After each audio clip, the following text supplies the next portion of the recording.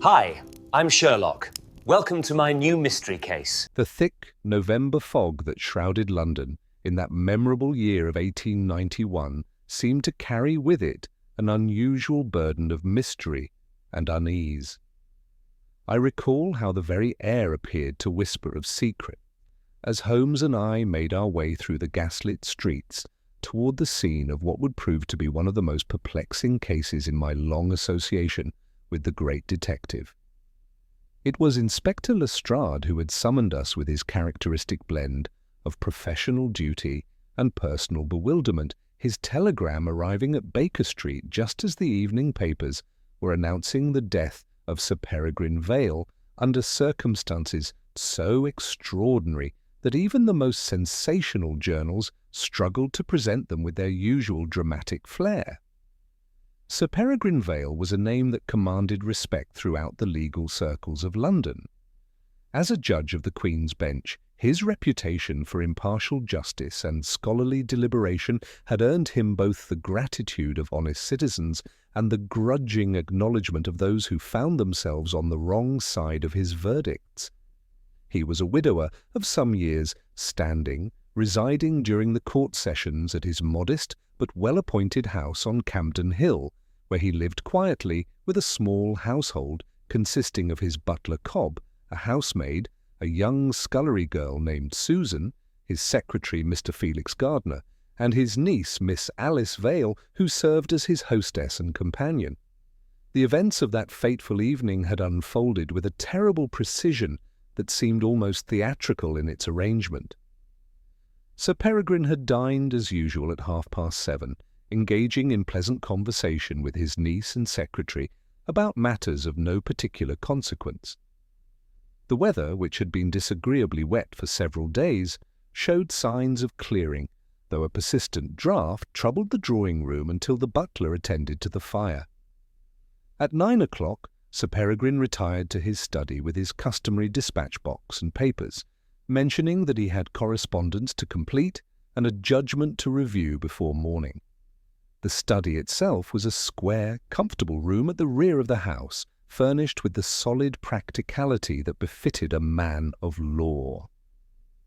A single window looked out upon the small garden, while a coal fire burned in a modern grate, casting its warm light upon the Persian rug that lay before the hearth. An escritoire occupied one corner, accompanied by a revolving chair of the type favoured by professional men, and upon the mantelpiece stood a delicate French clock of alabaster that marked the quarters with a gentle chime. At 9:30, the housemaid brought the evening post on a silver tray. She knocked and was admitted, finding Sir Peregrine seated at his desk with the fire burning brightly at his right hand. He acknowledged her presence with a courteous nod, broke open one letter immediately, and dismissed her with thanks. She would later recall that the air in the study seemed unusually close and carried a peculiar sharpness that she attributed to the heat of the fire, though she gave it little thought at the time. The tranquillity of the evening was shattered at 10 minutes past 10 when the study bell rang with violent urgency. Cobb, who was in the pantry arranging the silver, hurried along the passage, followed closely by Mr. Gardner and Miss Vale, who had been at the pianoforte and were alarmed by the desperate nature of the summons. When they reached the study door, they found it securely locked, the old mortice mechanism holding firm against their attempts to open it. From within came Sir Peregrine's voice, strained and terrible, crying out words that none could clearly distinguish, though all agreed that the final syllables were back, back. This was followed by a strangled gasp and the sound of a heavy fall.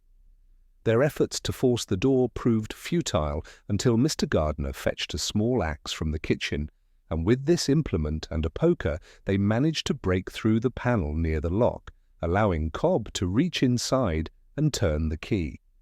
The room they entered was thick with an oppressive heat, and a strange metallic odour mingled with the sulphurous smell of spent matches.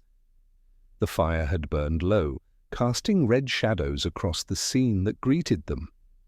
Sir Peregrine Vale, lay collapsed in his chair, his head thrown back and his eyes wide with an expression of the most profound terror. His right hand had fallen so that the knuckles nearly touched the fender, showing slight signs of blistering that might have come from the heat. The French clock upon the mantel had stopped at 7 minutes past 10, one of its delicate hands askew, as though jarred by some violent shock. Most disturbing of all, according to the testimony of both the housemaid and young Susan, was what they claimed to see in the dying embers of the fire itself. "Look there!"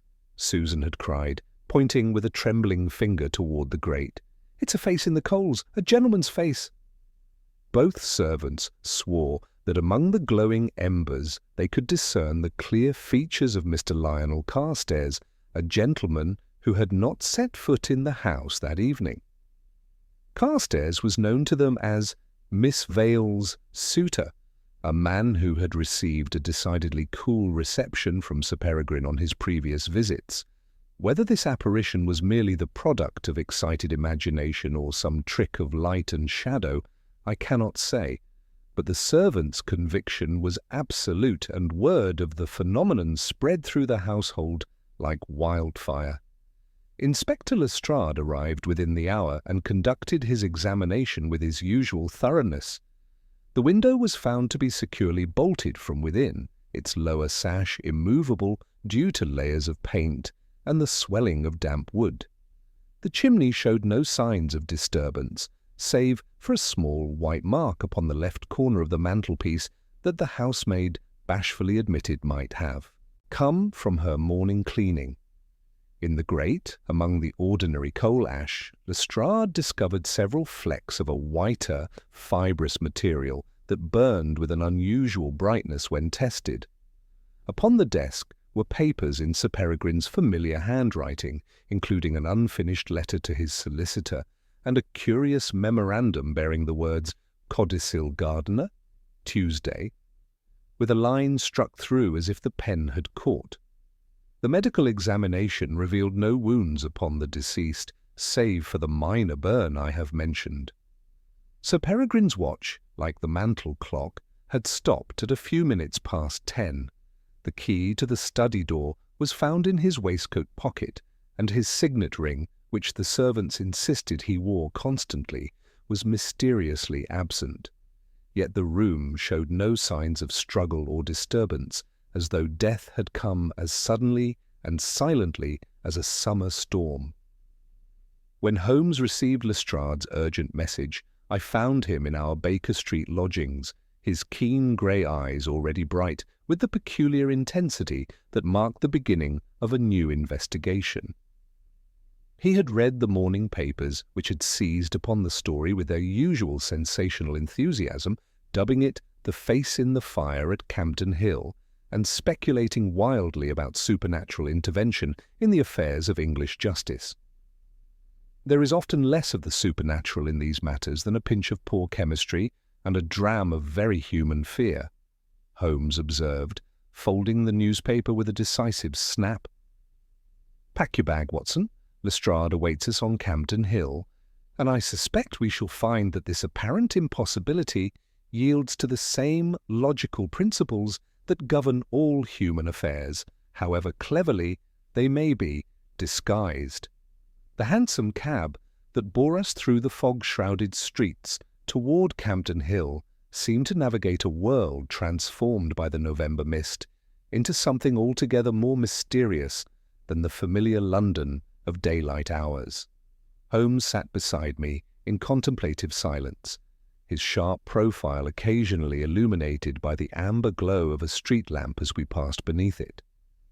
I could sense that familiar tension in his frame that always preceded his most brilliant deductions, the coiled energy of a mind already sifting through possibilities with ruthless efficiency. "The newspaper accounts trouble me, Watson," he said at length, breaking the rhythmic clatter of hooves on cobblestones. "Not for what they reveal, but for what they conceal beneath sensational speculation.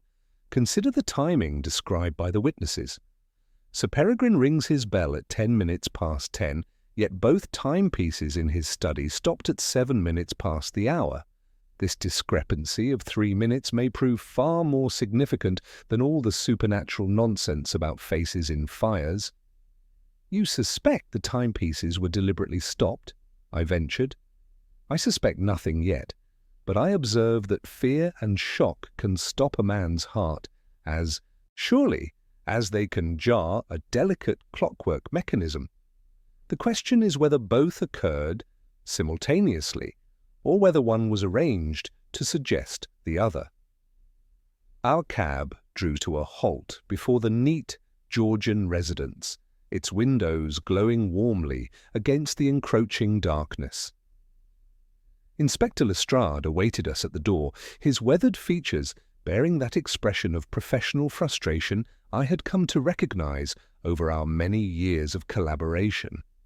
As we approached, Holmes's keen gaze swept over the inspector's appearance with characteristic thoroughness. "Ah, Lestrade," Holmes observed casually, "I see you have spent the morning pursuing that troublesome matter of the forged banknotes. Your interview with the engraver in Whitechapel proved unproductive, I trust?" Lestrade stared in astonishment. "Good heavens, Holmes, how could you possibly know that? I haven't breathed a word of it to anyone here." Holmes indicated with an almost imperceptible gesture the faint traces of printer's ink beneath Lestrade's fingernails and the microscopic metal filings clinging to his coat sleeve. "The evidence of your morning's work clings to you as surely as fog clings to the Thames. But let us turn our attention to the matter at hand. Time spent on failed pursuits is time stolen from successful ones." The inspector led us into the entrance hall, where the quiet dignity of a professional man's residence was evident in every detail. Dark oak panelling lined the walls, and portraits of distinguished legal figures gazed down with the stern benevolence of those who had devoted their lives to justice.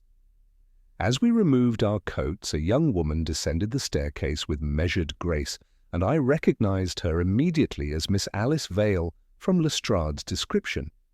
She was perhaps 25 years of age, possessed of that composed beauty which suggests both intelligence and strength of character. Her eyes, though reddened with recent grief, held a directness that spoke well of her nature. When Lestrade introduced us, she inclined her head with grave courtesy. "Mr. Holmes, Dr. Watson, I have heard of your remarkable abilities. If anyone can make sense of this terrible business, I believe it must be you. My uncle was the kindest and most just of men, and to think that he died in such fear—" Her voice faltered slightly, but she maintained her composure with admirable dignity. Holmes regarded her with the keen attention he reserved for important witnesses, though his manner remained respectful. "Miss Vale, before I examine the study, might I ask whether your uncle had seemed troubled recently? Any change in his habits or correspondence?" "Nothing of great significance, Mr. Holmes. He had been somewhat preoccupied with a complex fraud case that was to come before his court next week, but such dedication to his judicial responsibilities was not unusual." She paused as though weighing her words carefully. There was one matter that had caused him considerable concern. Mr. Lionel Carstairs had been pressing his suit rather insistently, and Uncle Peregrine had made it clear that he did not consider the match suitable. "Indeed, and what were the nature of his objections?" A slight flush coloured her cheeks.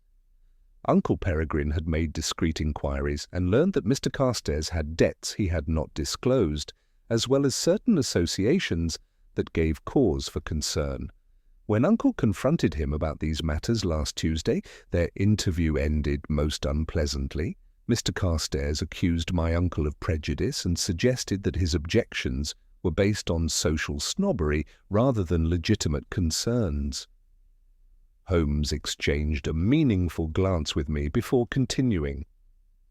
"And you have not seen Mr. Carstairs since this confrontation?"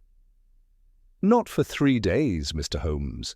The servants claim they saw his face among the coals, but I saw nothing but ordinary embers when we broke into the study, though I must say the atmosphere in that room was most oppressive, as though the very air had been disturbed by some violent emotion. "Most illuminating," Holmes murmured.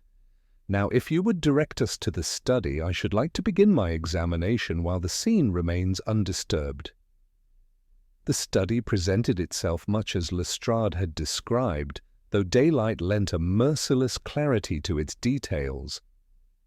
The air retained that peculiar metallic taint that set one's teeth on edge, mingled with the stale heat of a fire long dead.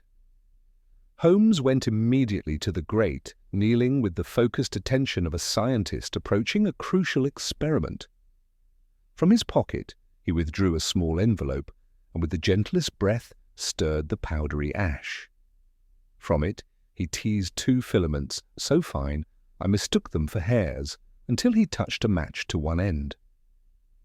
It vanished in a brief, brilliant, white flash. "Magnesium wire," he announced with satisfaction. Or rather, its more convenient cousin in ribbon form. "Our mysterious visitor had a taste for the theatrical, Watson. This explains the servant's vision quite neatly. A few strips of this material, properly placed and ignited, would create precisely the sort of brilliant flare that might, to excited observers, suggest human features among the coals."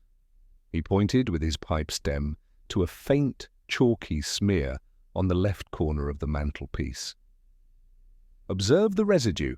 Fallen inward rather than outward, the flash occurred from above, not within the grate itself." Moving to the French clock, he examined it with his lens before gently shaking it. The delicate mechanism trembled, but would not advance. 7 minutes past 10, he noted, then moved to examine the desk where Sir Peregrine's pocket watch lay among his papers.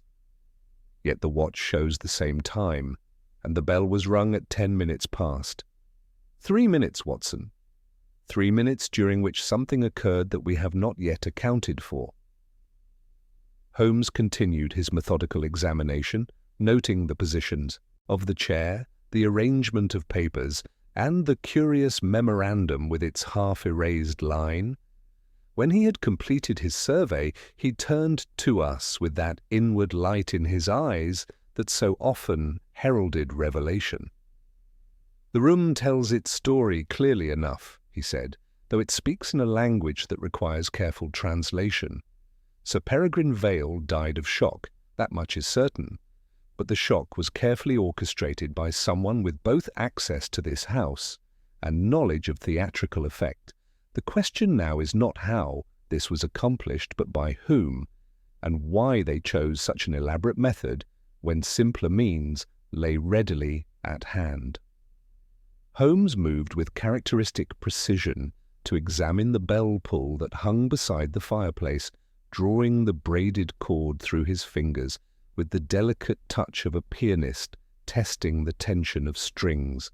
Following the wire upward to where it disappeared through a small brass guide wheel set into the cornice, he produced his magnifying lens and studied the mechanism with intense concentration. A faint smear, translucent and slightly greasy, clung to the groove where the wire passed through the guide. "Most illuminating," he murmured, touching the residue with his fingertip and bringing it to his nostrils. The slight curl of his lip indicated satisfaction rather than distaste. Our theatrical friend took considerable care to ensure his performance would not be interrupted by premature discovery.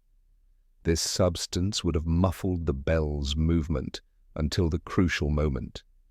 Returning to the hearth, Holmes knelt once more and directed his attention to the left jamb of the grate. With his lens, he traced what appeared to be a hairline mark running upward from the base of the fireback toward the moulding beneath the mantel, ending in a tiny constellation of white grit that sparkled in the morning light. "Observe, Watson," he said, indicating the delicate trail. "A train of combustible material carefully laid to conduct flame upward to the magnesium ribbon positioned above. Our experimenter possessed both patience and technical knowledge. The flash was timed to coincide with whatever shock was intended to stop Sir Peregrine's heart." Lestrade bent closer, his professional interest overcoming his scepticism. "You're suggesting someone arranged all this beforehand, but how could they predict the exact moment when Sir Peregrine would be positioned correctly?" "An excellent question, Inspector, and one that brings us to the heart of the matter." Holmes rose and moved to the window, examining not the obvious bolts and latches, but the glass itself and the wooden sill beneath. Running his fingertips along the inner pane, he paused at several faint smudges near the lower edge of the frame. "These marks are fresh, Watson. Note the greasy residue and this microscopic scratch on the painted wood. Something was pressed against this sill from inside the room with considerable force, shortly before the window was secured." At this moment, the study door opened to admit a grave-faced man of middle years, whose bearing spoke of long service and unquestioned discretion. This was evidently Cobb, the butler, whose composed demeanour belied the shock of the previous evening's events.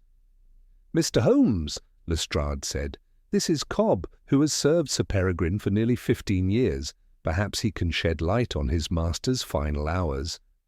Holmes regarded the butler with that penetrating gaze which had unnerved so many witnesses over the years. "Mr. Cobb, you carried the evening post to Sir Peregrine at 9:30, I believe?" "That is correct, sir. The housemaid had taken it earlier, but there was a second delivery. Sir Peregrine was at his desk, writing by lamplight. He thanked me and dismissed me immediately, saying he had correspondence to complete before morning." "And his manner?" "Quite normal, sir, though perhaps somewhat preoccupied. He had been working late several evenings recently, preparing for an important case." Cobb paused, his weathered features showing a flicker of uncertainty. "There was one thing, Mr. Holmes. When I entered the room, I noticed that Sir Peregrine's signet ring was not on his finger. He wore it constantly, removing it only when using sealing wax for his correspondence."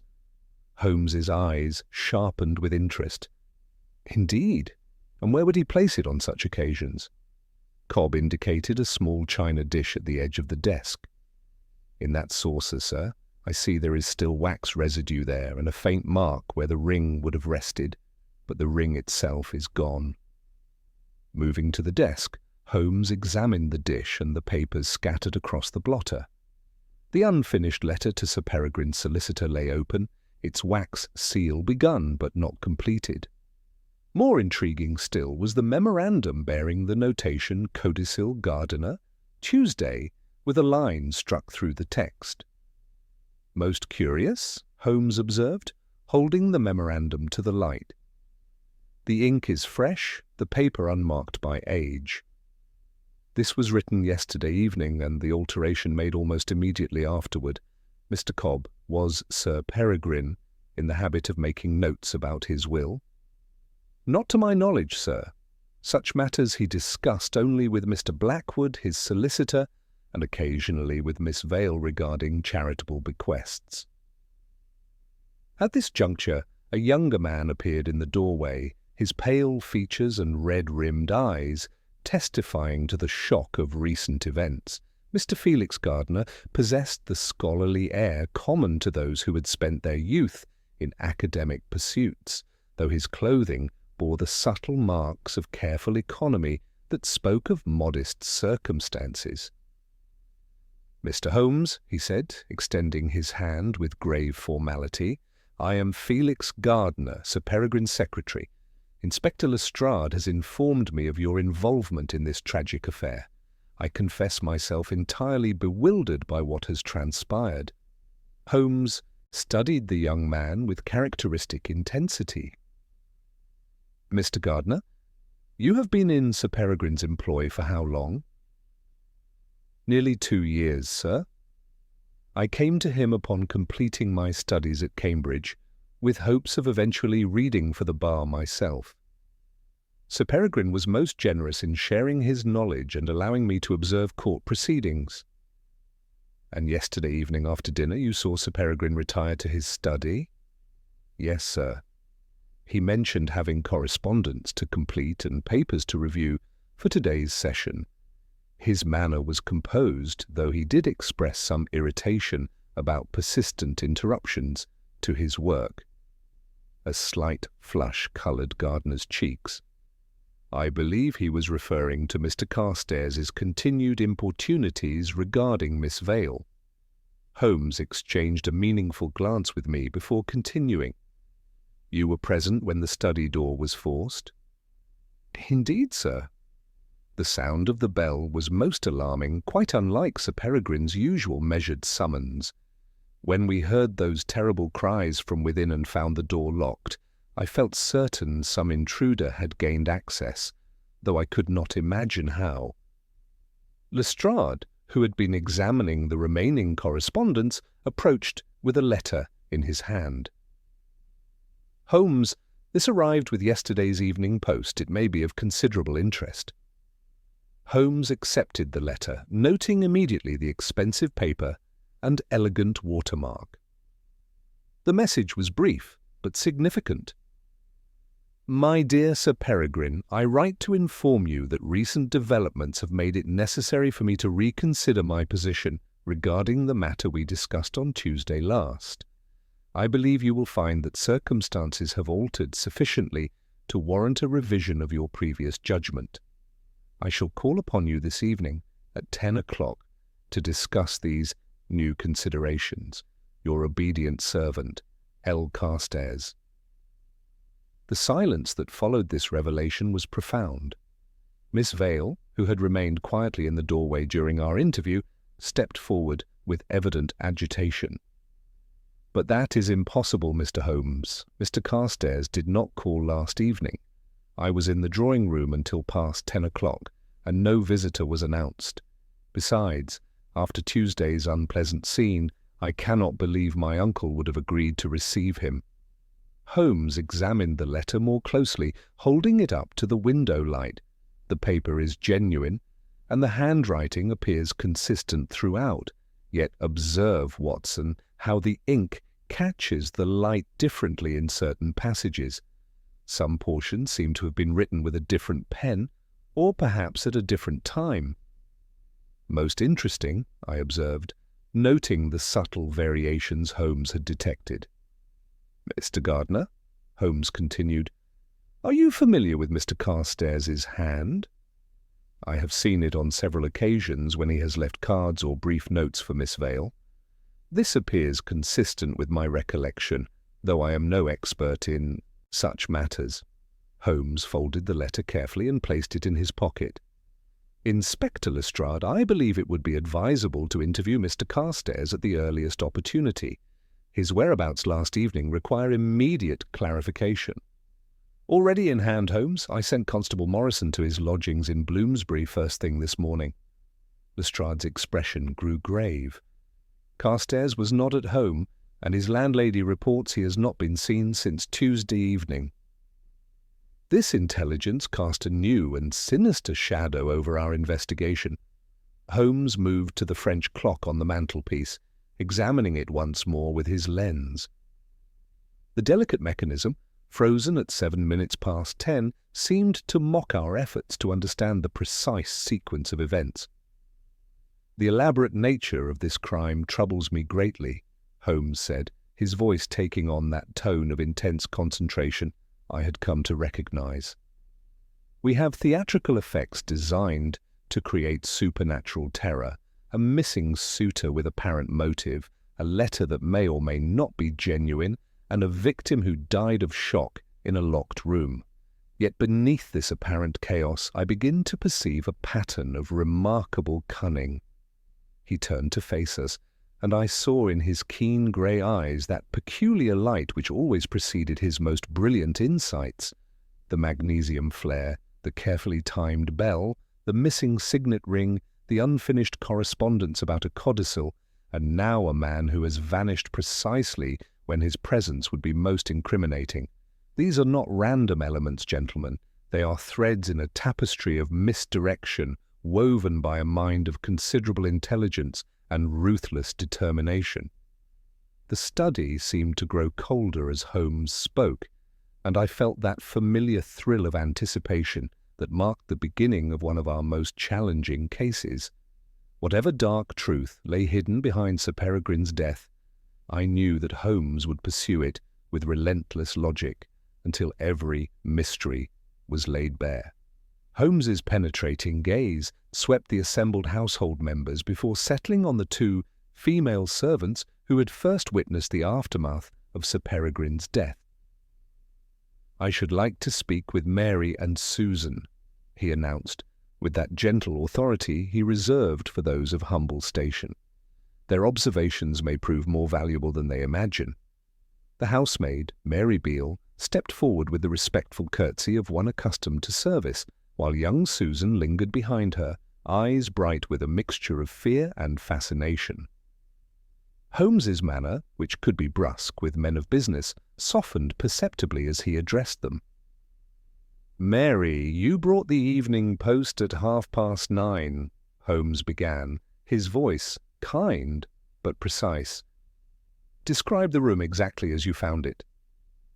"The fire was burning bright, sir, perhaps too bright for comfort," Mary replied, gaining confidence under Holmes's encouraging nod. Sir Peregrine sat at his desk with a letter open before him, and another with the wax ready but not yet sealed. The air had a sharp tang like the sulphur matches when Susan lights the kitchen stove of a morning. "I thought nothing of it at the time, sir." His lordship was kind, only nodded, and told me to place the remaining post on the corner of his desk. Holmes turned to the younger girl. "And you, Susan, when you later saw what you believed to be a face in the embers, had you been in the study earlier that day?" "Only with Mary for the morning cleaning, sir," Susan whispered, twisting her apron nervously. "I cleaned the mantel with whiting, as I always do of a Thursday." "I may have left a smudge, sir, and I'm sorry if I did." "You have likely left fewer marks than others, child," Holmes assured her with a faint smile. "When you broke into the room with Mr. Gardner and Cobb, what did you see first?" "The light seemed to jump, sir." Susan's voice grew even quieter. "Like a star falling in the grate, white and brilliant, then gone. And his face in the coals, clear as daylight. It was Mr. Carstairs looking back at us with such a terrible expression." Holmes nodded thoughtfully before turning to Lestrade. "I must examine the garden immediately, Inspector. The exterior of that window may tell us more than the interior has revealed." We descended through the back passage to a neat strip of lawn bordered by a brick wall over which ivy had been trained with military precision. The study window looked down upon a narrow flower bed, its soil dark and undisturbed. Holmes knelt without regard for his trousers and examined the ground with his characteristic thoroughness, running his fingers along the window-sill from outside and testing the painted wood with his penknife. "No approach from this direction," he announced with finality, rising and brushing soil from his hands. "The earth shows no compression from any weight in recent days, and the paint on the lower sash bears an unbroken film. Yet from within, as I noted earlier, something was pressed hard against this sill last night. Whatever device was employed, it was placed from inside the room, and the window secured afterward." At this moment, Constable Morrison appeared at the garden door, his usually composed features showing considerable agitation. "Inspector Lestrade, sir. I've urgent news regarding Mr. Carstairs." We gathered around the young officer, whose report would fundamentally alter the direction of our investigation. "I've located Mr. Carstairs, sir. He's been staying at the Langham Hotel since Wednesday morning, registered under his own name. The curious thing is, he's been there the entire time, never leaving except for meals in the dining room." The silence that followed this revelation was profound. Holmes straightened, his keen eyes reflecting that peculiar intensity that marked a significant development in his reasoning. "The entire time, Constable?" Holmes inquired with careful precision. "You are absolutely certain of this?" "Yes, sir." I spoke with the desk clerk, the doorman, and two chambermaids. Mr. Carstairs arrived Wednesday morning in considerable distress, paid for a week's accommodation in advance, and has scarcely left his rooms since. The staff remember him particularly because he seemed quite agitated and asked repeatedly whether anyone had called for him. Miss Vale stepped forward, her composed features showing bewilderment. But that makes no sense at all. If Mr. Carstairs was at the Langham Hotel, then who wrote that letter announcing his intention to call upon Uncle Peregrine? Holmes examined the letter once more, this time with his most powerful lens. An excellent question, Miss Vale, and one that brings us considerably closer to the truth. Constable Morrison, did Mr. Carstairs receive any visitors at the hotel? No visitors that the staff observed, sir. But yesterday afternoon a messenger boy delivered a package to his room. Mr. Carstairs seemed quite distressed after receiving it, according to the chambermaid who was in the corridor at the time. The nature of this package? Small and flat, sir, like it might contain documents or letters. The boy who delivered it was not from any of the regular services the hotel employs. Holmes began that restless pacing, which invariably indicated his mind working at its highest capacity. We begin to perceive the outline of a most ingenious scheme, Watson. Mr. Carstairs is effectively imprisoned at his hotel by circumstances we have yet to understand, while someone else uses his name and reputation to create the appearance of guilt. Returning to the study, Holmes directed his attention to Sir Peregrine's desk with renewed purpose. Among the scattered papers, he discovered fragments of what appeared to be legal documents, partially burned in the grate. Using his tweezers, he extracted several pieces, their charred edges still bearing traces of official seals and watermarks. "Someone destroyed important papers in this fire last evening," Holmes observed, holding the fragments to the light. "Documents of sufficient significance to warrant destruction even while committing murder. Here we can make out, witnessed this, and on this piece, day of November. The remains of a legal document, possibly a will or codicil." Mr. Gardner, who had been following these developments with evident fascination, cleared his throat respectfully. "Mr. Holmes, if I may mention something that seemed insignificant at the time. Sir Peregrine received a visitor on Monday evening, quite late, who did not give his name. I was working in the library when I heard voices in the study.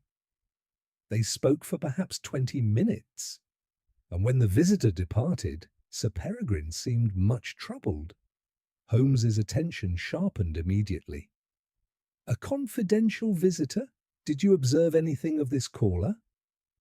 "Only his silhouette as he passed beneath the hall lamp, sir. A gentleman of medium height, well-dressed, carrying what appeared to be a document case. Sir Peregrine later cautioned me that the visit was confidential and not to be mentioned to anyone in the household."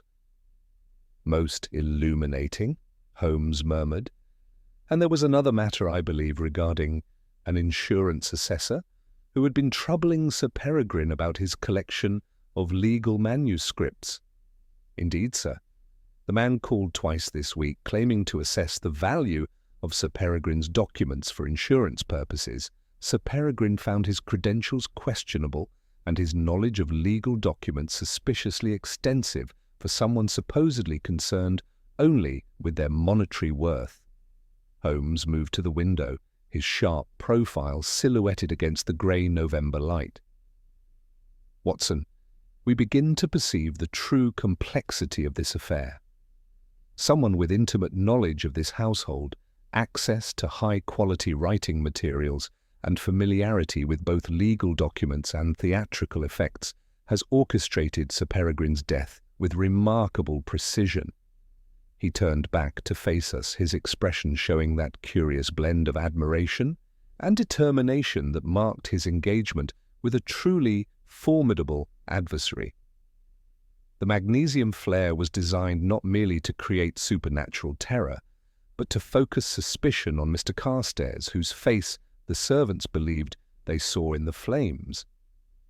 The forged letter established his supposed presence at the crucial moment, while his actual confinement at the Langham Hotel was carefully arranged to appear suspicious rather than exculpatory. Moving once more to examine Sir Peregrine's will, which Lestrade had produced from the dispatch box, Holmes noted the modest bequest to Mr. Gardiner. £300 upon successful completion of your bar examination, Mr. Gardiner. A generous sum, though I understand Sir Peregrine had spoken of increasing it. Gardiner flushed slightly. He had mentioned the possibility of £500, sir, which would indeed have been life-changing for someone in my circumstances. Yet the memorandum suggests he reconsidered this increase, Holmes observed, holding up the paper with the struck-through notation. Something occurred on Tuesday that caused him to question this provision, perhaps the same something that prompted him to begin that unfinished letter to his solicitor about alterations to his estate. Holmes folded the various documents carefully and placed them in his pocket. Inspector Lestrade, I believe our next step must be to interview Mr. Carstairs himself and determine what hold someone has over him that would keep him confined while his reputation is systematically destroyed. We are dealing with an adversary of unusual intelligence and ruthless determination, one who has woven a web of deception involving multiple false identities, forged correspondence, and carefully orchestrated timing. As we prepared to leave the study, Holmes cast one final glance around the room where Sir Peregrine had met his terrifying end. The elaborate nature of this crime tells us much about our quarry, Watson. This was not a crime of passion or desperation, but a calculated scheme designed to achieve multiple objectives simultaneously.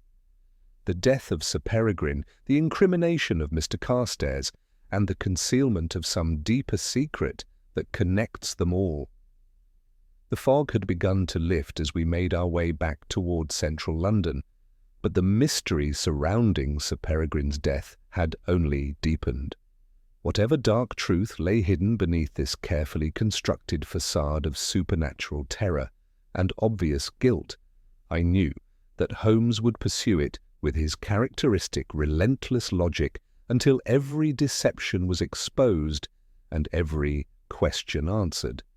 The Langham Hotel presented its customary facade of discreet Victorian elegance as our hansom drew to a halt before its imposing entrance, though the lingering November fog seemed to cast an ominous pall over even this bastion of respectability. Holmes had maintained his contemplative silence during our journey from Campden Hill, his sharp features reflecting that inward concentration which invariably preceded some crucial insight into the darker recesses of human nature. "Watson," he observed as we alighted, "consider the exquisite precision with which Mr. Carstairs has been manoeuvred into his current position. He has been rendered simultaneously suspicious and silent, unable to provide an alibi without exposing himself to scandal, yet appearing guilty through his very absence from the scene. This suggests an adversary who understands not merely the mechanics of crime, but the psychology of fear itself." The hotel's reception clerk, a gentleman whose professional discretion was evident in every measured gesture, confirmed the essential details of Constable Morrison's earlier report. Mr. Carstairs had indeed arrived Wednesday morning in considerable distress, paid for extended accommodation in advance, and had scarcely ventured beyond the dining-room since his self-imposed confinement. The gentleman seemed most anxious about his correspondence, the clerk confided in lowered tones. He inquired repeatedly whether messages had been left for him, and when that peculiar package arrived yesterday afternoon, his agitation became quite pronounced. The messenger was not one of our regular boys, rather older and better dressed, though he seemed oddly nervous about his errand. We were conducted to a modest suite on the third floor, where Mr. Lionel Carstairs received us with a mixture of relief and apprehension that spoke volumes about his mental state. The young man who had once cut such a dashing figure in London society now bore the unmistakable marks of sleepless nights and constant anxiety. His usually immaculate attire showed signs of neglect, and his eyes held that haunted quality I had observed in men who had received news of impending disaster. "Mr. Holmes," he said, his voice trembling with suppressed emotion, "I confess myself entirely bewildered by these terrible events. I have been a prisoner in these rooms, terrified to venture forth, yet equally terrified that my silence will be construed as guilt." Holmes studied the young man with that penetrating gaze which had unnerved so many witnesses over the years. "Mr. Carstairs, you received a package yesterday that caused you considerable distress. I believe it contained not merely threats, but tangible evidence of some hold your tormentor possesses over you." The effect of these words was immediate and devastating. Carstairs sank into the nearest chair as though his legs could no longer support him, his face draining of what little colour remained. For several moments he struggled to compose himself before reaching with trembling hands toward a locked drawer in the writing desk. "How could you possibly know?" he whispered. "I have told no one, spoken to no one about the contents of that accursed package." From the drawer he withdrew a small parcel, its brown paper wrapping bearing the distinctive marks of hasty handling. Within lay Sir Peregrine's signet ring, its gold surface gleaming dully in the afternoon light, and a folded note written in the same block capitals we had observed in the forged letter announcing Carstairs's supposed visit. Holmes examined the ring with his magnifying lens, noting aloud the residue of sealing wax in its inner channel and a minute deposit of whiting chalk lodged in a tiny nick upon the bezel. Recently used for correspondence and handled by someone who had been cleaning with whiting powder, the same substance young Susan used on the mantelpiece Thursday morning. The threatening note was equally revealing under Holmes's scrutiny. "Remain at the Langham and admit no one after 9, he read aloud. "Stir not from your room until noon tomorrow, or Miss Vale will suffer for your disobedience. Say nothing to the police. Consider this a final clemency." The paper bore a faint watermark of expensive quality, and the ink possessed an unusual metallic sheen that suggested specialized materials. "Mr. Carstairs," Holmes continued with gentle authority, "this ring was not stolen from Sir Peregrine's study after his death. It was removed earlier, during some previous encounter, and used as both proof of access and a weapon of psychological warfare against you." Carstairs's composure finally crumbled entirely. "3 years ago, Mr. Holmes, I committed certain financial indiscretions that, while not strictly criminal, would utterly destroy my reputation if made public. I forged letters of recommendation, misrepresented my position to investors, appropriated funds that were technically available but morally belonged to others. In my desperation to court Alice properly, I confided these troubles to Felix Gardiner, believing his sympathy genuine and his discretion absolute." Holmes's eyes sharpened with the intensity of a hawk sighting its prey. "Mr. Gardiner showed unusual understanding of your difficulties?" "Indeed, sir. He spoke knowledgeably about the challenges facing young men without independent means, and seemed to have faced similar pressures himself. I foolishly believed I had found a confidant who understood my position." Rising from his chair, Holmes moved to the window, his keen profile silhouetted against the grey November light. "Mr. Carstairs, you have been manipulated with extraordinary cunning by someone who possessed not only intimate knowledge of your past indiscretions, but detailed understanding of your relationship with Miss Vale and access to Sir Peregrine's personal effects." He turned back to face us, his grey eyes bright with the light of discovery. "The elaborate nature of this scheme tells us much about our adversary.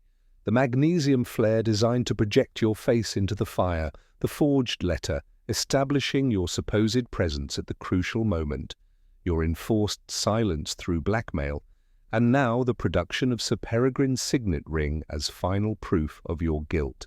Each element has been carefully orchestrated to create an unassailable case against you while the true culprit remains hidden.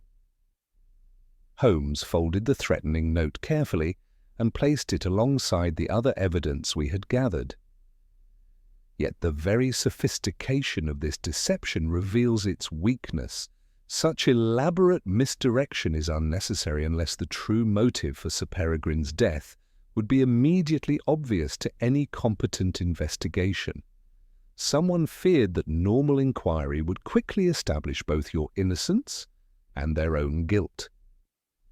As we prepared to leave the hotel, Holmes cast one final glance at the scattered papers on Carstairs' desk, where numerous abandoned attempts to explain his situation to Miss Vale bore witness to his impossible position.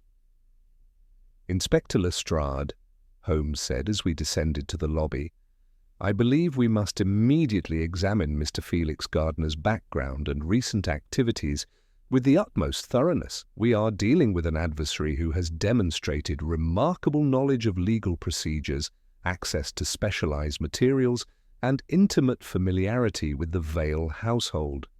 The net is beginning to close, though I suspect our quarry has prepared several more surprises before this matter reaches its conclusion." The fog had begun to lift as we emerged onto Portland Place, but the mystery surrounding Sir Peregrine's death had only deepened.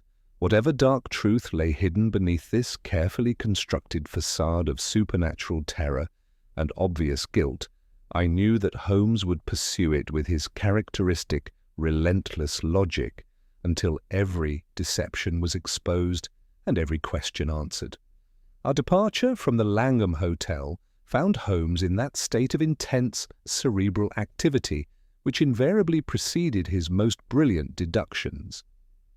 As our hansom navigated the increasingly congested streets toward Lincoln's Inn, he sat in characteristic silence, his sharp features reflecting the concentrated thought that I had learned to recognize as the prelude to revelation. "The psychological sophistication of this crime continues to astound me, Watson," he observed at length, his voice carrying that note of professional admiration he reserved for truly formidable adversaries. "Consider how perfectly our adversary has neutralized Mr. Carstairs while simultaneously positioning him as the obvious suspect. The young man's past indiscretions render him vulnerable to blackmail, his romantic attachment to Miss Vale provides apparent motive, and his enforced silence prevents any defense that might redirect our investigation elsewhere." Our first destination was the chambers of Mr. Blackwood, Sir Peregrine's solicitor, whose offices occupied a corner of that labyrinthine complex where the legal profession conducts its most confidential affairs. The elderly gentleman received us in a room whose shelves groaned beneath the weight of calf-bound volumes, his severe countenance relaxing slightly upon recognizing Holmes's reputation. "Sir Peregrine contacted me on Tuesday morning," Blackwood informed us, producing a docketed bundle from his locked drawer. "He requested a draft codicil to his will expressing concern about what he termed an alteration effected by a trusted hand. He was most disturbed by a discovery he had made the previous evening and wished to reconsider certain bequests accordingly." Holmes examined the documents with his characteristic thoroughness, noting particularly a charitable subscription form where the figure 5 had been delicately altered to 8 through the addition of a skillful loop. The tampering escaped Sir Peregrine's notice until the charity's clerk called with thanks exceeding his recollection of the authorized amount, Blackwood explained. The alteration was executed with considerable sophistication, using identical ink and taking advantage of the document's recent placement upon the same blotting book. "Most illuminating," Holmes murmured, holding the papers to the window light. "Observe, Watson, the watermark. Langford laid paper of exceptional quality, identical to that used in the forged letter announcing Carstairs' supposed visit. He indicated with his finger the delicate impression of a coronet above the manufacturer's name. Our forger possesses expensive tastes and ready access to superior materials. The implications of this discovery were immediately apparent. Holmes's eyes brightened with that peculiar intensity that marked a significant breakthrough in his deductive process. "Mr. Blackwood, did Sir Peregrine mention which member of his household might have had access to his correspondence?" He did not specify Mr. Holmes, though he expressed particular concern about his secretary, Mr. Gardner, who had recently shown unusual interest in his charitable contributions and estate planning. Sir Peregrine found this solicitude somewhat excessive for a paid employee. Our next destination was the modest Bayswater lodging house where Felix Gardner maintained his rooms. The respectable landlady, Mrs. Pemberton, proved most informative under Lestrade's gentle questioning, revealing that her tenant had received a visitor on Monday evening and had been observed returning quite late from what he claimed was a research at the British Museum. "A quiet gentleman," she assured us, "much given to papers and writing late into the evening. He had a peculiar caller on Monday, a gentleman with a medical bag, who spoke with him for perhaps half an hour. Most unusual, as Mr. Gardner rarely receives visitors." Holmes's examination of Gardner's modest quarters revealed several items of considerable significance. Among the young man's legal texts stood a single, incongruous volume entitled "The Principles of Illumination in Theatrical Display," its pages showing evidence of recent study. In the small grate, Holmes discovered with his penknife several microscopic fragments of magnesium wire and a hair-fine thread fused at one end. "Our theatrical friend has been conducting experiments, Watson," Holmes observed, carefully preserving the evidence in his pocketbook. "The residue confirms our suspicions about the supernatural display in Sir Peregrine's study." More damning still was the contents of Gardner's desk drawer, which contained envelopes bearing the distinctive Langford watermark, steel pens of exceptional quality, and most significantly, a partially torn railway ticket and several sheets of expensive writing paper. Holmes examined these items with his magnifying lens, noting the subtle variations in ink composition that suggested multiple writing sessions. Inspector Lestrade's subsequent investigations at Scotland Yard provided the final pieces of our evidentiary puzzle. The records revealed disturbing irregularities in Gardner's background, including unexplained gaps in his academic attendance and complex financial arrangements that suggested either unusual family circumstances or deliberate obfuscation of his true situation. More significantly, Lestrade reported upon our return to Baker Street, "My inquiries at the theatrical suppliers in Drury Lane confirmed that a gentleman matching Gardner's description purchased magnesium ribbon and specialized chemicals 3 weeks ago, paying in cash and providing a false name. The shopkeeper recalled him particularly for his extensive knowledge of photographic processes and stage effects." Holmes received this intelligence with evident satisfaction, his keen features reflecting the pleasure he derived from seeing a complex puzzle resolve itself through methodical investigation. 3 weeks of preparation, Watson. This elaborate scheme required intimate knowledge of Sir Peregrine's habits, access to his personal effects, and careful timing to ensure maximum psychological impact. Moving to his chemical apparatus, Holmes subjected the various paper samples we had collected to rigorous analysis, confirming, through microscopic examination and chemical testing, that the forged letter, the threatening note to Carstairs, and the stationery from Gardner's lodgings all originated from the same source. "The pattern becomes clear," Holmes announced, arranging the evidence upon our sitting-room table with characteristic precision. Mr. Gardner, finding himself in desperate financial circumstances despite his respectable position, began systematically altering Sir Peregrine's charitable subscriptions to provide himself with additional income. When this tampering was discovered on Monday evening, He realized that exposure and disgrace were imminent. Holmes began that restless pacing which invariably accompanied his most brilliant deductions. Knowing of Carstairs' past indiscretions through their earlier confidential conversations, Gardner conceived a plan of remarkable cunning. He would eliminate Sir Peregrine before the alterations to the will could be executed, while simultaneously ensuring that suspicion fell upon the conveniently vulnerable Carstairs. The psychological manipulation was exquisite in its cruelty, Holmes continued, his voice reflecting both admiration and disgust for the criminal mind he was exposing. Carstairs was first poisoned against Sir Peregrine through carefully planted suggestions about his past, then terrorized into silence through blackmail, while the elaborate theatrical display in the study was designed to implicate him through the servant's testimony about seeing his face in the flames.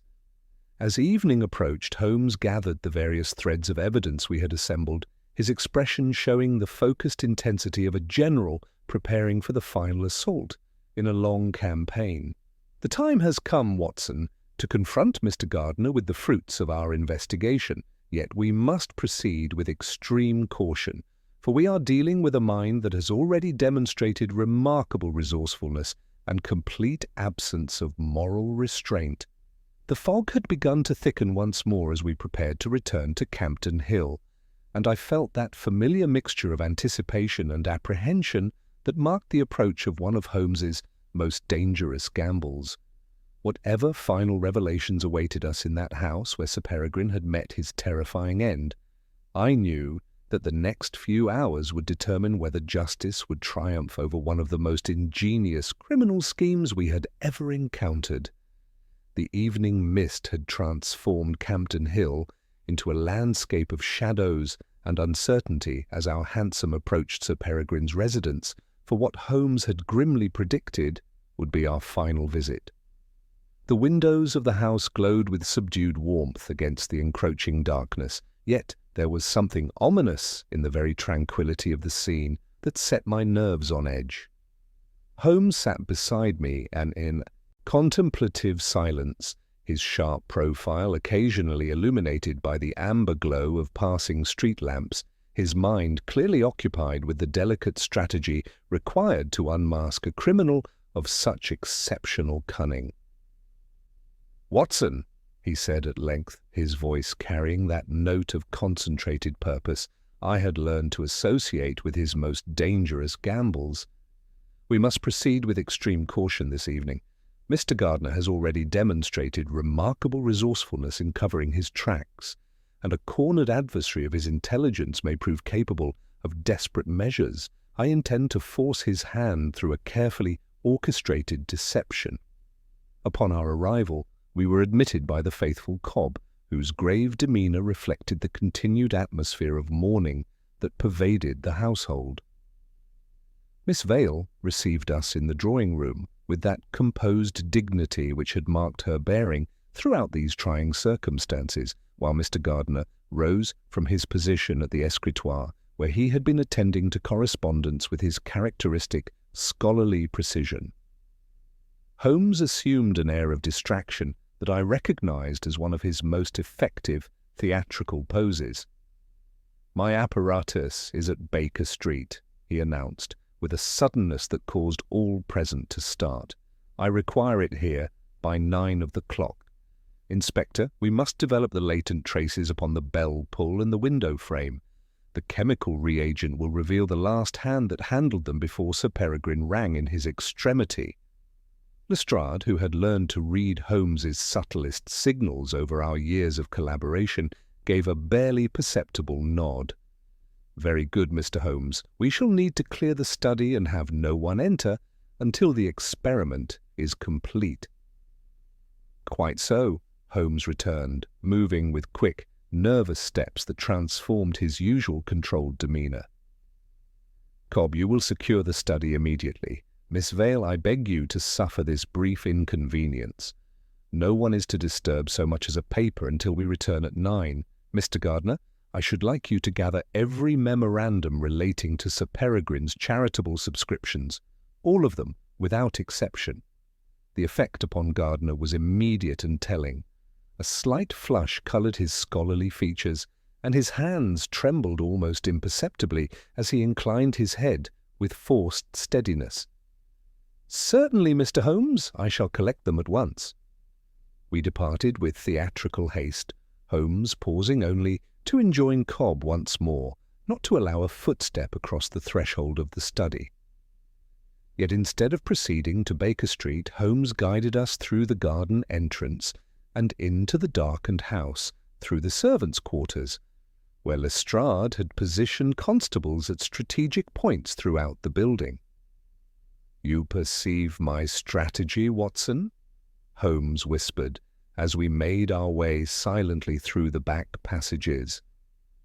"I have given our opponent precisely 1 hour and a delicious fear. If the evidence upon that bell-pull and window-sill threatens his exposure, what will such a man do between 8 and 9 o'clock?"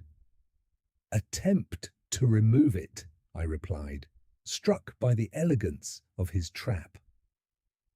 Holmes's preparations were swift and methodical. He extinguished the lamp in the study, drew the heavy curtains to create pools of shadow while leaving strategic sight lines, and positioned us where we could observe any intruder's movements. The house settled into that peculiar hush which seems to amplify the slightest sound, and we waited with the patience of hunters who know their quarry must come. The minutes passed with agonizing slowness until, at last, there came the faintest pressure upon the study door handle. The old mortice lock yielded with barely a whisper, and a shadow detached itself from the gloom of the passage. Felix Gardner moved with the practised stealth of one who had prepared his movements in advance, carrying in his hand a folded handkerchief and a small stoppered vial.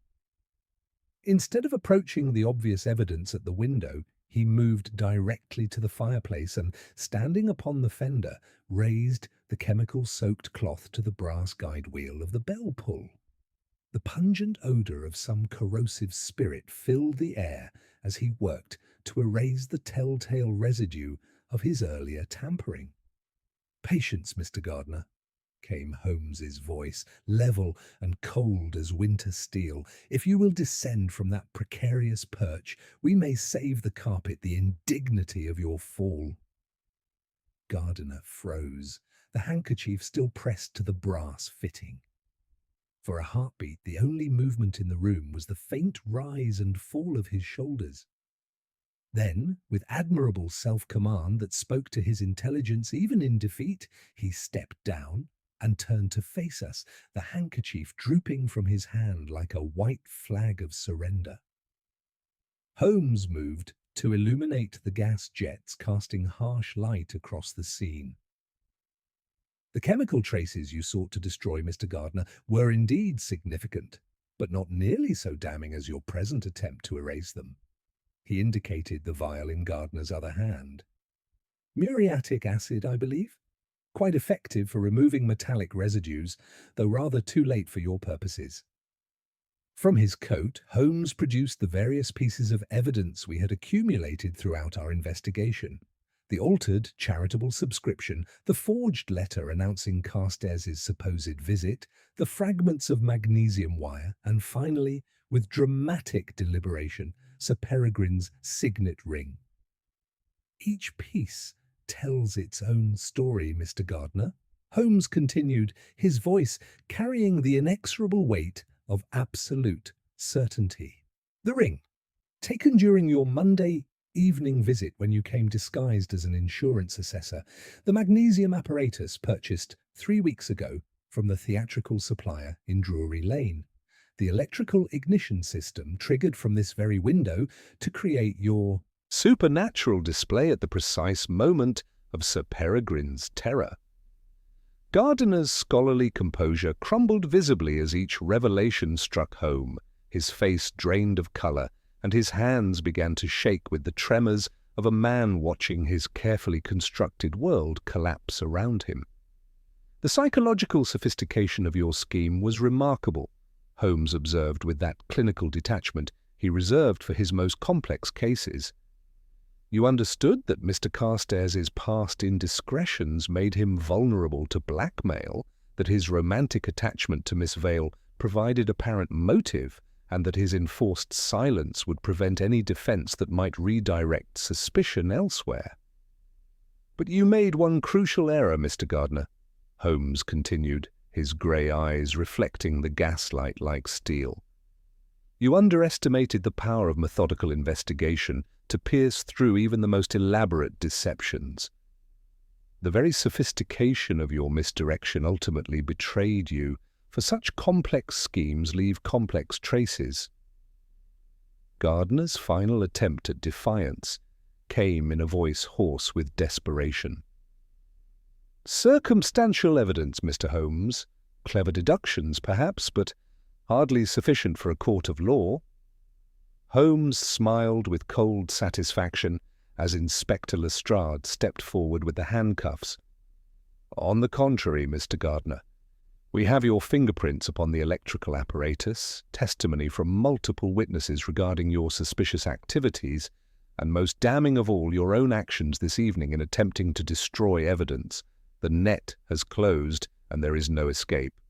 As the manacles clicked shut around Gardner's wrists, I reflected upon the terrible irony of a man whose intelligence and education might have carried him to great heights, instead choosing the path that led inevitably to this moment of absolute defeat.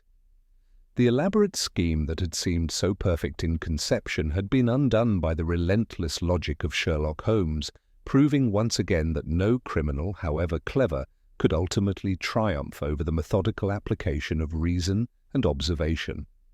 The metallic click of the handcuffs seemed to echo through the study with finality, yet I observed that Holmes maintained that peculiar alertness which suggested our investigation had not yet reached its complete resolution.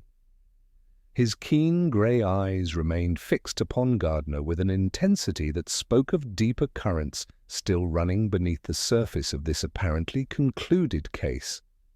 Miss Vale, drawn by the commotion, appeared in the doorway, her composed features showing the strain of witnessing the arrest of a man she had trusted implicitly.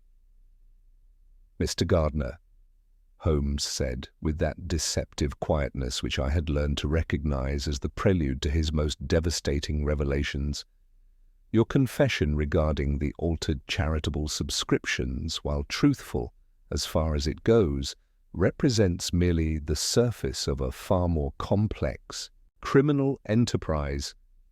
The elaborate nature of Sir Peregrine's murder, the sophisticated misdirection toward Mr. Carstairs, the precise timing of every element, all speak to motivations far beyond mere financial desperation. Gardner's scholarly composure, already cracked by his capture, showed further signs of deterioration under Holmes's relentless scrutiny. His hands trembled slightly as he attempted to maintain his dignified bearing, but I could see the terrible calculation in his eyes as he weighed his remaining options. The insurance assessor, who troubled Sir Peregrine this week, was indeed yourself, Holmes continued, moving to examine the papers scattered across the desk with renewed purpose. But your interest in his collection of legal manuscripts was not academic curiosity. Among Sir Peregrine's documents were original papers relating to several inheritance cases of considerable value, documents whose alteration or destruction would be worth substantial sums to interested parties. Holmes produced from his pocket the leather portfolio he had discovered concealed in Sir Peregrine's dispatch box. Your employment here was never coincidental, Mr. Gardner. Your credentials, while expertly forged, bear subtle inconsistencies that become apparent under careful scrutiny. You sought this position specifically to gain access to sensitive legal documents that could affect the outcomes of ongoing litigation.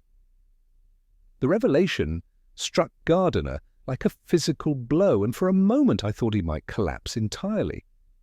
Miss Vale stepped forward, her face pale with the shock of understanding, while Inspector Lestrade watched with growing amazement as Holmes laid bare the full scope of the criminal conspiracy. "Your original plan was elegantly simple," Holmes observed, his voice taking on that clinical precision which marked his most brilliant deductions. Gain access to the documents, alter those that supported legitimate claims, and disappear with payment from your employers. But Sir Peregrine's discovery of the altered charitable subscriptions on Monday evening threatened to expose your presence before your primary mission could be completed. Holmes moved to the fireplace, indicating the brass guide wheel where Gardner had attempted to destroy evidence of his tampering. The elaborate scheme to eliminate Sir Peregrine while implicating Mr. Carstairs served multiple purposes. It removed the one man who could identify the genuine documents, provided time for you to complete their alteration, and offered a convenient scapegoat whose past indiscretions made him vulnerable to suspicion. With methodical precision, Holmes began to reconstruct the entire sequence of events. On Monday evening, after Sir Peregrine confronted you about the financial irregularities, you returned to this study under the pretense of collecting papers.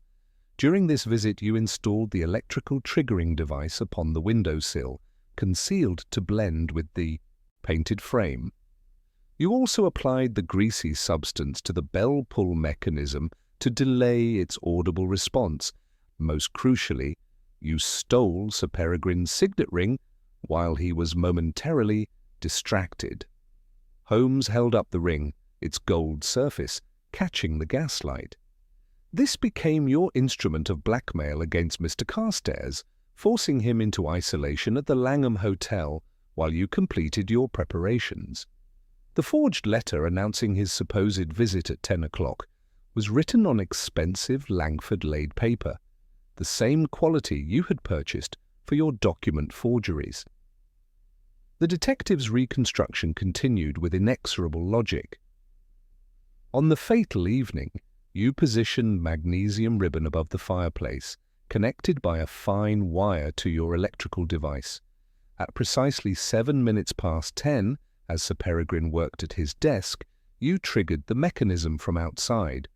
The brilliant flash was designed to induce fatal shock in an elderly man with a weak heart, while simultaneously creating the supernatural vision that would implicate Mr. Carstairs in the servant's testimony. Holmes indicated the stopped timepieces with his pipe stem. The electrical surge caused both the mantel clock and Sir Peregrine's pocket watch to cease at 7 minutes past 10, the moment of the fatal shock.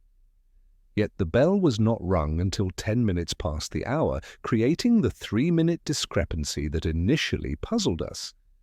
In his final moments of terror, Sir Peregrine managed to reach the bell pull, but the greasy substance you had applied delayed its mechanical response until his strength failed entirely. The complete picture of Gardner's scheme was staggering in its calculated cruelty. Every element had been designed not merely to commit murder, but to ensure that suspicion would fall upon an innocent man, while the true perpetrator remained hidden among the household, perfectly positioned to complete his criminal mission. During the confusion of breaking down the door, Holmes concluded, you destroyed the incriminating documents, including the draft codicil that would have exposed your theft by feeding them into the dying fire. You also removed the electrical triggering device, leaving only the faint residue we detected upon examination. Gardner's final reserves of composure crumbled entirely under the weight of Holmes's revelations. His shoulders sagged as though a tremendous burden had settled upon them, and when he raised his eyes to meet our gaze, I saw in them the terrible resignation of a man whose deepest secrets had been laid utterly bare. You understand the psychology of fear with remarkable precision, Mr. Gardner, Holmes observed, with that blend of intellectual admiration and moral disgust which marked his confrontation with criminal intelligence. The supernatural element was designed not merely to mask the true cause of death, but to create such terror in the household that rational investigation would be impeded by superstitious dread. Miss Vale, who had listened to these revelations with growing horror, stepped forward with quiet dignity. "Mr. Holmes, are you saying that Felix sought employment with my uncle specifically to steal his legal documents, that everything, his scholarship, his apparent dedication, was merely an elaborate deception? Holmes inclined his head gravely. "I fear so, Miss Vale. Your uncle's reputation for integrity and his possession of crucial evidence in several inheritance cases made him a target for those who would profit from perverting the course of justice. Mr. Gardner's presence in your household was part of a carefully orchestrated scheme involving substantial sums and powerful interests."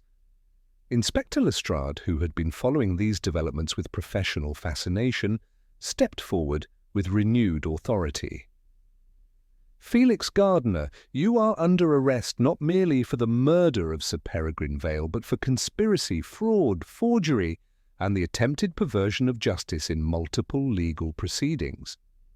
As Gardner was led away, his scholarly bearing finally abandoned, in the face of complete defeat, Holmes gathered the scattered evidence with characteristic methodical precision.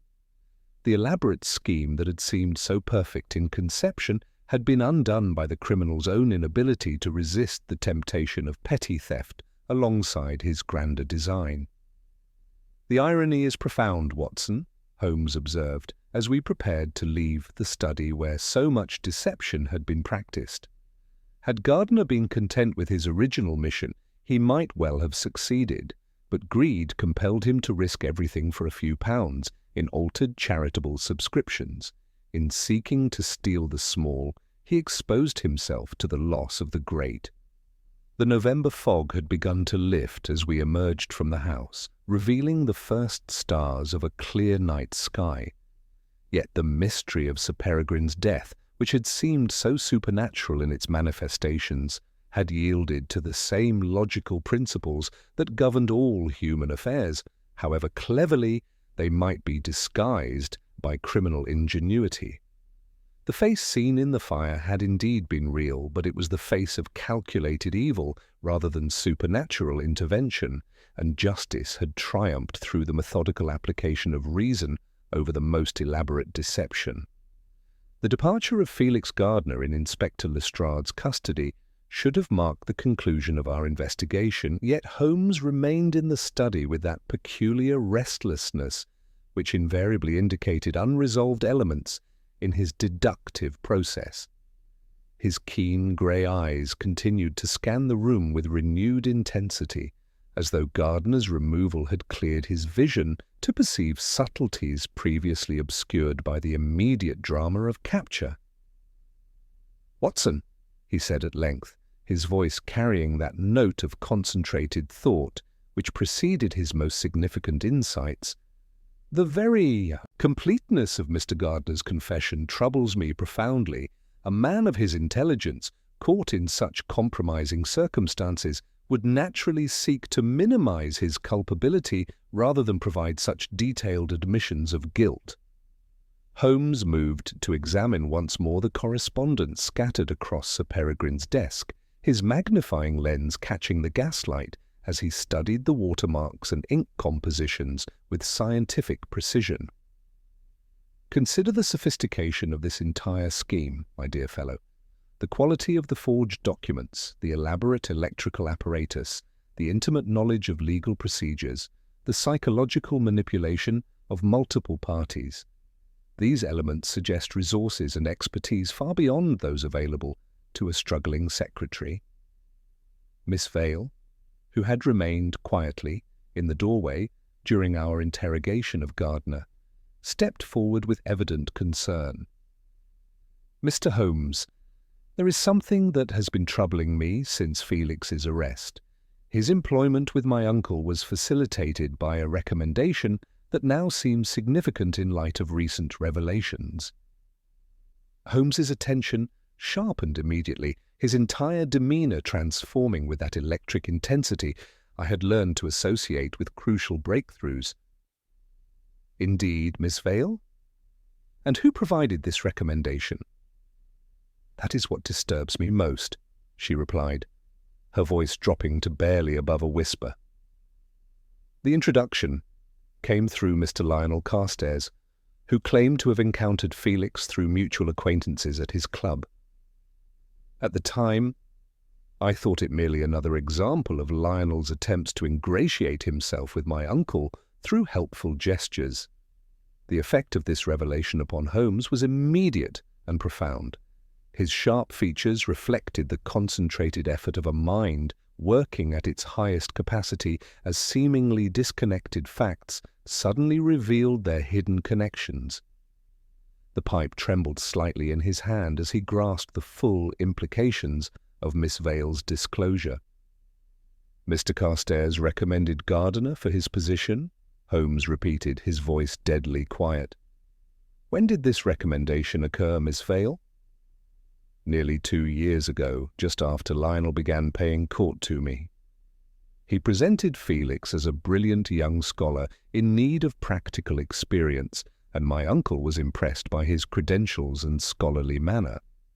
Holmes began that restless pacing which invariably accompanied his most brilliant deductions, his movements sharp and decisive as the final pieces of an extraordinarily complex puzzle fell into place.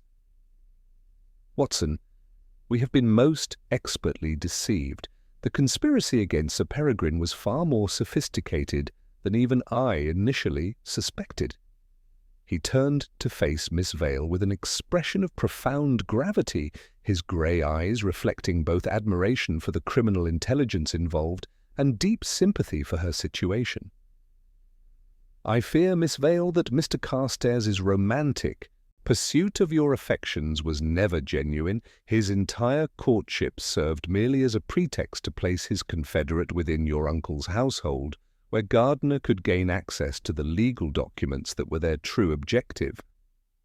The colour drained from Miss Vale's face as the implications of Holmes's words became clear.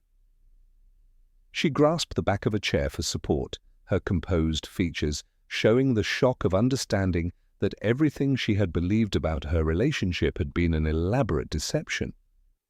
"You are suggesting that Lionel's entire relationship with me was calculated manipulation, that his professions of love were merely part of this criminal scheme?" Her voice carried the pain of a trust so completely betrayed that it seemed to shake the very foundations of her world. Holmes approached her with uncharacteristic gentleness, his usual clinical detachment softened by genuine sympathy. "I believe Mr. Carstairs' financial difficulties were far more severe than he admitted, and that he became involved with individuals who offered substantial payment for access to your uncle's documents. His apparent vulnerability to blackmail, his past indiscretions, even his distress at the Langham Hotel were all carefully orchestrated elements in a performance designed to deflect suspicion from his true role." The detective's reconstruction of the conspiracy continued with inexorable logic, each revelation more damning than the last. The psychological manipulation was exquisite in its complexity. Carstairs established himself as the obvious suspect through his romantic pursuit and apparent motive, while simultaneously creating the impression of victimization through his supposed blackmail and enforced isolation. Holmes produced from his pocket the threatening note that had kept Carstairs confined to his hotel room, examining it once more with his lens. This message, which we attributed to Gardiner's attempt to silence a potential witness, was actually part of a carefully orchestrated performance. Carstairs' apparent terror and isolation were designed to convince us of his innocence, while directing suspicion away from his central role as the scheme's architect. The brilliance of the deception was staggering in its scope and psychological sophistication. Every element that had seemed to exonerate Carstairs had actually been carefully arranged to create the appearance of victimization while concealing his position as the conspiracy's mastermind. "But his distress at the hotel seemed genuine," I interjected, struggling to reconcile this revelation with my observations of the young man's obvious fear and anxiety. Holmes smiled grimly, his expression reflecting both professional admiration and moral disgust. "His distress was indeed genuine, Watson, but not for the reasons we supposed. He feared not exposure as an innocent victim of blackmail, but discovery as the true architect of Sir Peregrine's murder. The package containing the ring was not a threat from Gardner, but rather confirmation that their plan had proceeded successfully. Miss Vale sank into the nearest chair, overwhelmed by the magnitude of the deception that had been practiced upon her and her beloved uncle. 2 years, she whispered, her voice barely audible above the gentle hiss of the gas jets. 2 years of lies and calculated manipulation, all for the sake of Uncle Peregrine's legal documents. Holmes moved to the window, his sharp profile silhouetted against the clearing November night. The documents your uncle possessed were of such value that powerful interests were willing to invest considerable time and resources in their acquisition. We are dealing with a conspiracy that threatened to corrupt multiple legal proceedings and steal fortunes from legitimate heirs. From his examination of Sir Peregrine's papers, Holmes had identified several inheritance cases where the original evidence would be worth substantial sums to those seeking to overturn legitimate claims. The systematic alteration of these documents would have affected dozens of legal proceedings and potentially enriched the conspirators by hundreds of thousands of pounds. "The murder of your uncle was never the primary objective," Holmes explained, his voice carrying the weight of absolute certainty. It became necessary only when his discovery of Gardner's minor thefts threatened to expose the larger scheme before the document alterations could be completed. Inspector Lestrade's return at this moment brought confirmation of our worst suspicions about the conspiracy's scope. His investigation had revealed that Carstairs maintained connections to several individuals known to specialize in document forgery and legal fraud, men whose services commanded premium prices from those seeking to pervert the course of justice.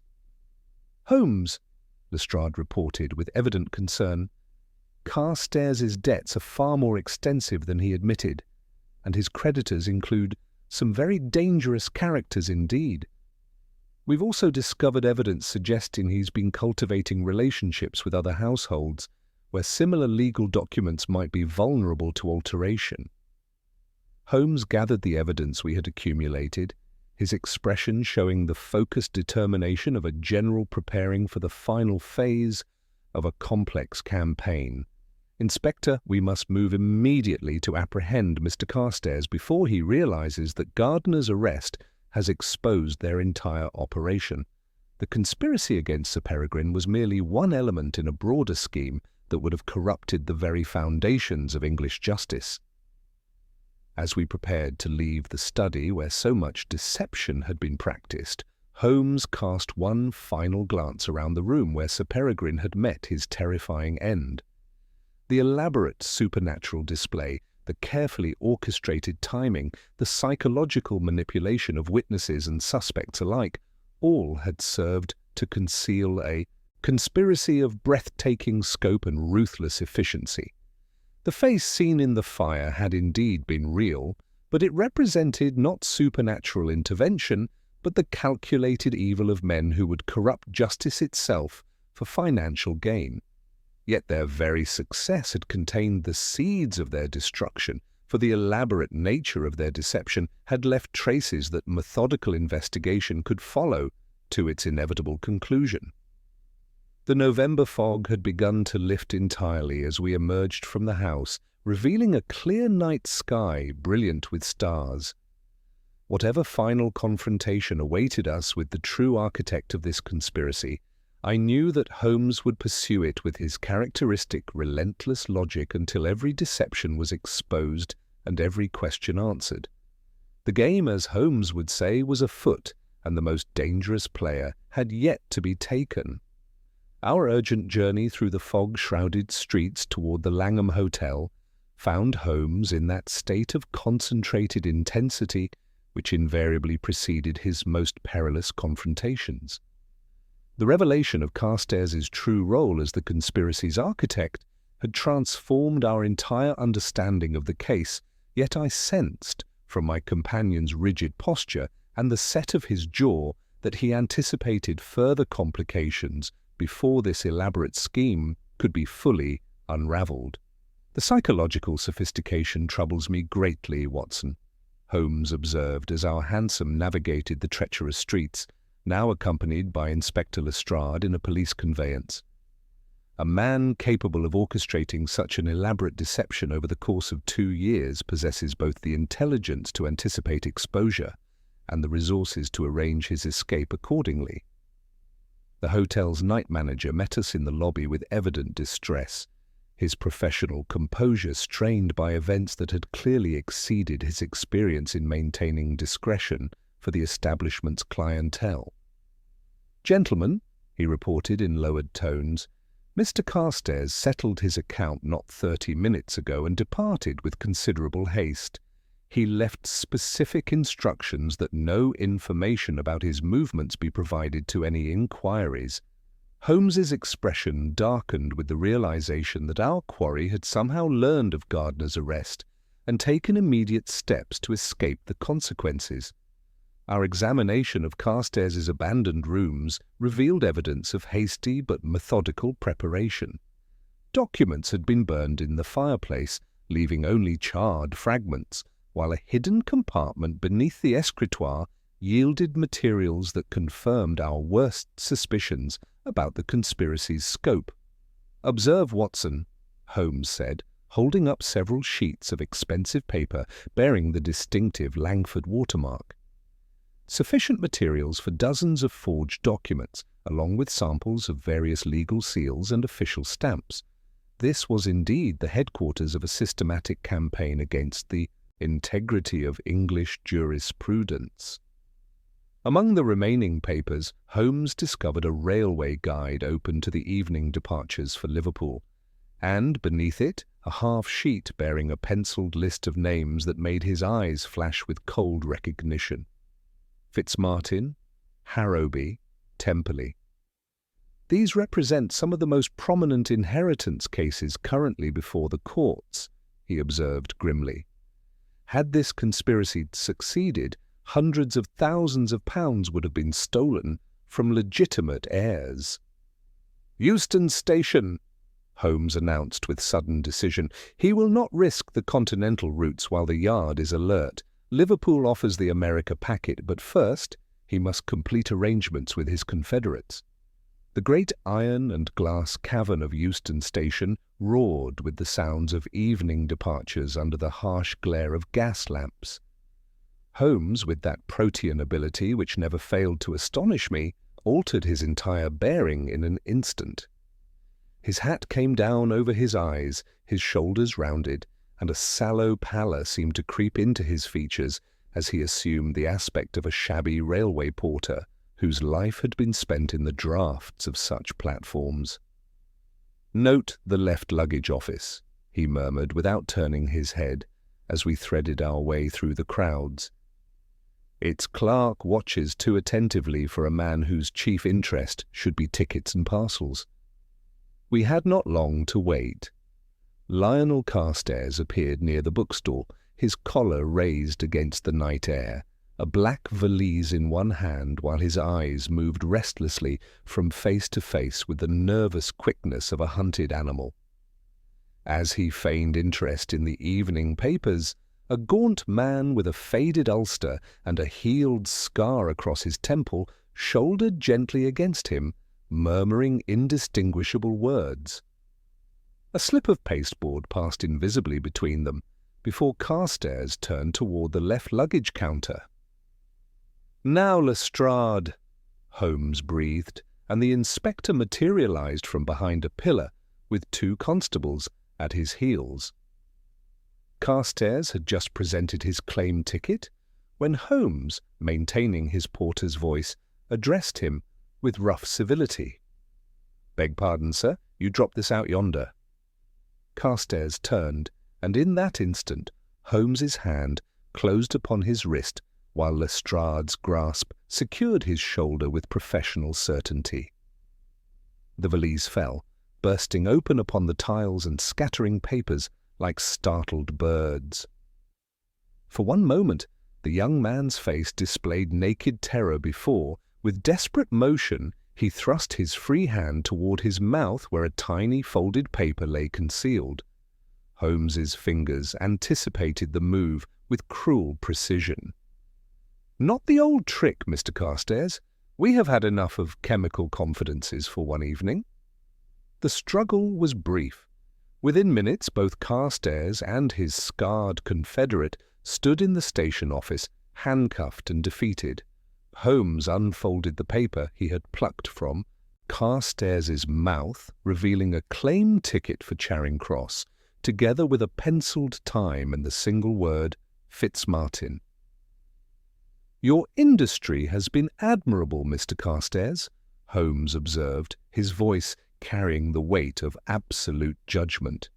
2 years of patient work to place your agent in Sir Peregrine's confidence, a courtship calculated to open the doors of Campden Hill, an alibi constructed from your own false helplessness. Yet the whole edifice crumbles because you trusted to theatrical tricks and a servant's superstition. Carstairs attempted defiance, even in defeat. "You have nothing that will stand in court. I have been the victim of blackmail and circumstance." "On the contrary," Holmes replied with cutting precision, "we have Gardner's full confession, the forged correspondence bearing your watermark, the theatrical apparatus purchased in your name, and most significantly, your own actions this evening in attempting to destroy evidence and flee justice." Holmes held up Sir Peregrine's signet ring, its gold surface catching the station's harsh gaslight. "This ring was never stolen from the study after the murder, Mr. Carstairs. You took it during an earlier visit, used it to seal your forged correspondence, then sent it to yourself as supposed proof of blackmail. Every element was designed to cast suspicion upon you while concealing your true role as the conspiracy's architect." The psychological manipulation had been exquisite in its cruelty. Carstairs had positioned himself as the obvious suspect while simultaneously creating the impression of victimization, knowing that his apparent vulnerability would deflect serious investigation from his central role in organizing Sir Peregrine's murder. As we prepared to leave the station with our prisoners, Holmes gathered the scattered evidence with characteristic methodical precision. The claim ticket led us to Charing Cross, where we recovered documents that revealed the true scope of the criminal enterprise. Original affidavits and seals from multiple inheritance cases, along with expert forgeries prepared to replace them in court archives, demonstrated a conspiracy that would have corrupted dozens of legal proceedings and stolen fortunes from legitimate heirs. The murder of Sir Peregrine was merely one element in a campaign that threatened the very foundations of English jurisprudence, Holmes explained, as we returned to Baker Street near midnight. We have prevented a catastrophe whose implications would have extended far beyond a single household in Campden Hill. The table in our sitting room was soon spread with the fruits of our investigation: claim tickets, forged correspondence, theatrical apparatus, altered legal documents, and lying apart with terrible significance, the signet ring whose golden circle had bound together fear, fraud, and murder. Holmes stood for some time examining this mosaic of evidence with that abstracted expression which told me his mind was arranging the final pieces into their ultimate pattern. "Tomorrow morning, Watson," he said at length, "we shall make our complete statement to Scotland Yard and provide what comfort we may to Miss Vale. The immediate web is complete, though I suspect the true architects of this conspiracy remain hidden in the shadows of power and influence." The November fog had finally lifted entirely, revealing a clear night sky brilliant with stars. The elaborate scheme that had seemed so perfect in its conception had been undone by the relentless application of methodical investigation, proving once again that no criminal, however intelligent, could ultimately triumph over the patient pursuit of truth.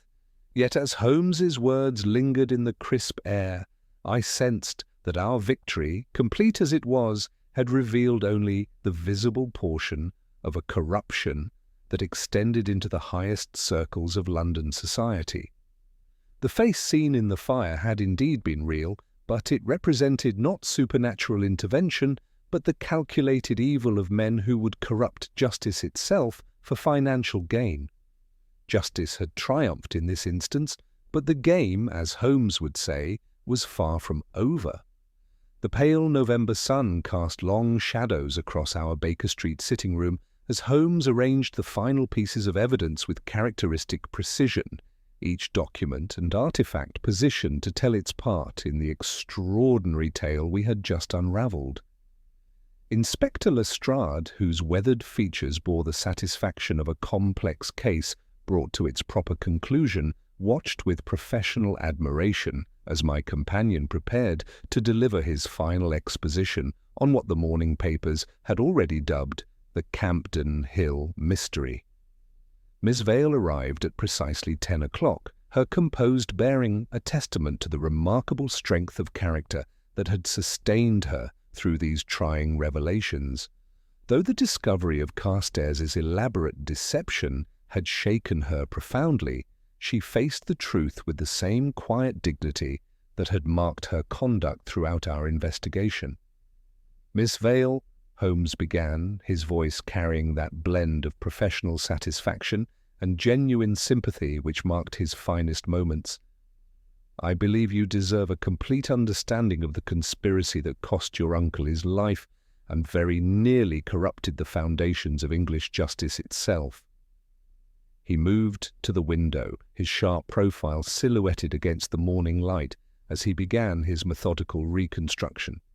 The scheme was remarkable in its psychological sophistication. Mr. Carstairs understood that the most effective disguise for a criminal mastermind is often the appearance of victimization. Every element of his supposed vulnerability, from his past indiscretions to his apparent distress at the Langham Hotel, was carefully orchestrated to deflect suspicion while he directed the conspiracy from the shadows. Holmes returned to the evidence table, indicating the various documents and apparatus we had recovered. The technical execution was equally ingenious. The magnesium ribbon, positioned above the fireplace and triggered by the electrical device at the window, created the brilliant flash that both induced fatal shock in your uncle and projected the illusion of Carstairs' face among the coals. The servant's testimony about seeing his features in the fire was not imagination, but the result of carefully calculated theatrical effects. Miss Vale listened with growing comprehension as Holmes explained how the delayed response of the bell system had been achieved through the greasy residue Gardner had applied to the guide wheel mechanism. The 3-minute delay between your uncle's death and the household alarm was crucial to the conspirators' plan. It provided time for Gardner to remove the triggering device and destroy the incriminating documents in the fire, while creating the impression that Sir Peregrine had lived long enough to ring for help. But the most diabolical aspect, Holmes continued, his grey eyes reflecting both admiration for the criminal intelligence involved and deep moral disgust, was the systematic manipulation of human emotion and trust. Your courtship was never genuine, Miss Vale. From the moment Carstairs began paying his addresses, his sole objective was to place his confederate within your household, where Gardner could gain access to the legal documents that were their true prize. The psychological cruelty of this revelation was evident in Miss Vale's pale features, yet she bore it with the same quiet strength that had sustained her through her uncle's death. Every profession of love, every gesture of affection was calculated to serve their criminal purpose, Holmes observed gently. Yet the very elaborateness of their deception is proof of your natural discernment. Such complex measures were necessary precisely because simpler lies would not have deceived you. Inspector Lestrade's arrival brought confirmation of the conspiracy's broader implications. "Holmes," he reported with evident satisfaction, "our investigation of Carstairs' network has revealed connections to several prominent legal firms where similar document alterations were being attempted. We've prevented a systematic campaign of fraud. that would have affected dozens of inheritance cases and stolen hundreds of thousands of pounds from legitimate heirs. Holmes nodded grimly, his expression reflecting the weight of what we had uncovered. The documents in Sir Peregrine's possession were the key to multiple legal proceedings. Their alteration would have corrupted the very foundations of English jurisprudence, enriching criminals while impoverishing those with legitimate claims to their inheritances. The detective moved to examine once more Sir Peregrine's signet ring, its gold surface catching the morning sunlight. This simple object became the instrument through which the entire conspiracy was orchestrated. Stolen during Gardiner's reconnaissance visit disguised as an insurance assessor, it served to authenticate forged correspondence, create the appearance of blackmail against Carstairs, and ultimately provide the psychological weapon that kept him isolated while suspicion focused elsewhere. As the morning progressed, Holmes completed his analysis with characteristic thoroughness, explaining how each element of the crime had been designed to serve multiple purposes simultaneously. The supernatural terror had masked human agency, the obvious suspect had deflected investigation from the true mastermind, and the locked room circumstances had suggested impossibility rather than careful planning. The face seen in the fire was indeed real, Holmes concluded, but it represented not supernatural intervention, but the calculated projection of guilt upon an innocent man. The true faces behind this conspiracy were those of men willing to corrupt justice itself for financial gain. Miss Vale rose to take her leave, but paused with a question that had evidently been troubling her throughout our investigation. "Mr. Holmes, how can I ever trust my judgment again? The deception was so complete, maintained over such a long period." Holmes's response showed that rare gentleness he reserved for those who had suffered through no fault of their own. "Miss Vale, you were deceived by professionals whose entire livelihood depended upon their ability to counterfeit human emotion and professional integrity. That such elaborate measures were necessary speaks well of your natural wisdom rather than poorly of your judgment.